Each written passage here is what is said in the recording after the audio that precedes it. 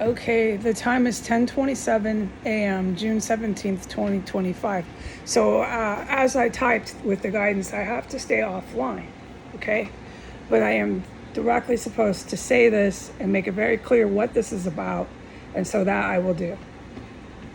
In typed written statement, okay? And then furthermore, here we go with what the statements are, verbal statements.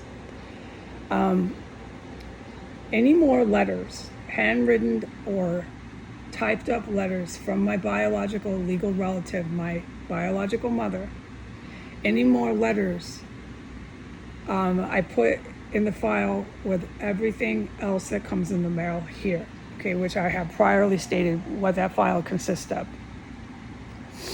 All right. First and foremost, I have witnessed my biological mother and her spouse involved in domestic terrorism since I came into this terrorist cell, and since this man who didn't own the house, William Murray,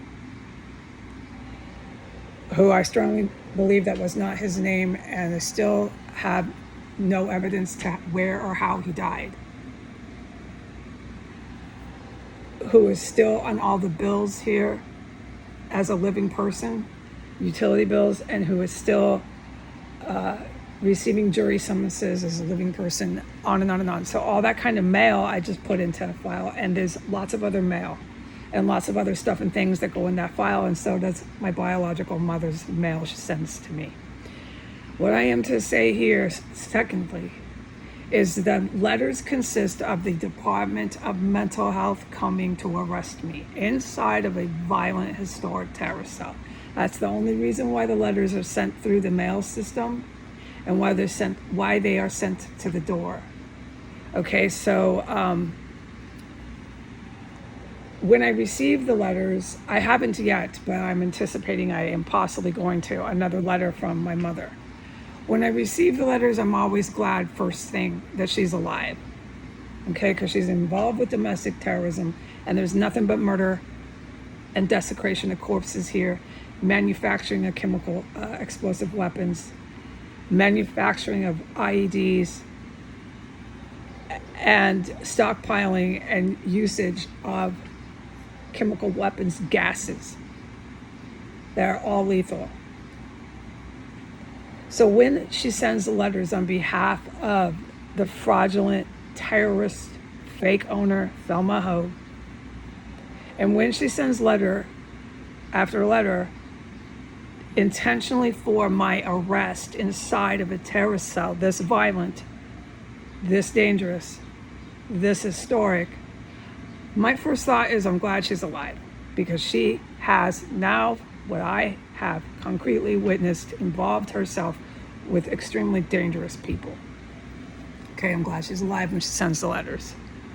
I review the letters. I don't read them word by word because it is too upsetting, and I put them in my file.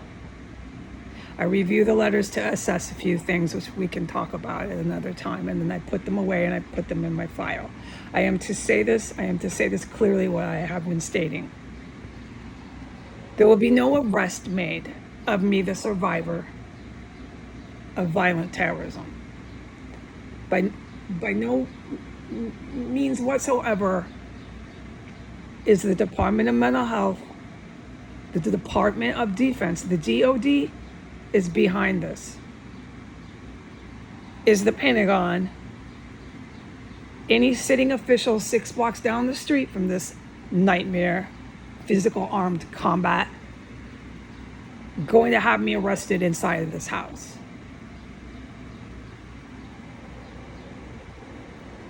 All right. I am to stay here and not leave, simply leave the federal crime scene, and wait for them to give up on their premeditated attempt on my life through a false arrest. I am to stay here no matter what. I sit right here in this terrorist cell. I collect the letter if it comes. All right? That's all I am to say about this. In regards to the false arrest and the attempts on my life, because I'm a direct witness to government officials involved with terrorism and an insurrecting police force that does everything in their power to protect themselves by going after the witness, endlessly going after the witness. So I did the right thing today by reporting the explosive weapon that was in my bathroom again. I did the right thing today by reporting the banging, ferocious, psychotic banging on metal pipes at 7 in the morning. I did the right thing by filming the white extremist terrorists coming and going, aided, harbored, and abetted. And this is all I'm allowed to do, is film that any more letters and the things I just said. The Department of Mental Health, the DOD, the DCFD, the DCPD. And I did the right thing by putting up my guidance from my angel. It's angels. We'll talk about that later. My guidance is here nor there. Legally, what's going on here is way beyond going on Instagram, pretending that they have concerns, and giving me a litmus test on my mental health as I'm visibly and audibly injured from chemical weapons gases. I'm visibly injured. I'm not going to list all the injuries. And you can hear in my voice that I don't feel good. You can hear the change in how I used to talk from the way I talk now. And then they want to keep coming, keep coming, keep coming. And it's always with their handcuffs. But honestly, I'm going to wait right here for it. That is what I'm doing. And I'm going to collect any more letters that come. I'm going to open it. I'm going to review it. I'm going to be glad she's alive that she sent another letter. I'm putting it in that file. And that's what all of you out there are to know I do. Okay, as far as my next actions, you're not going to see me on the internet.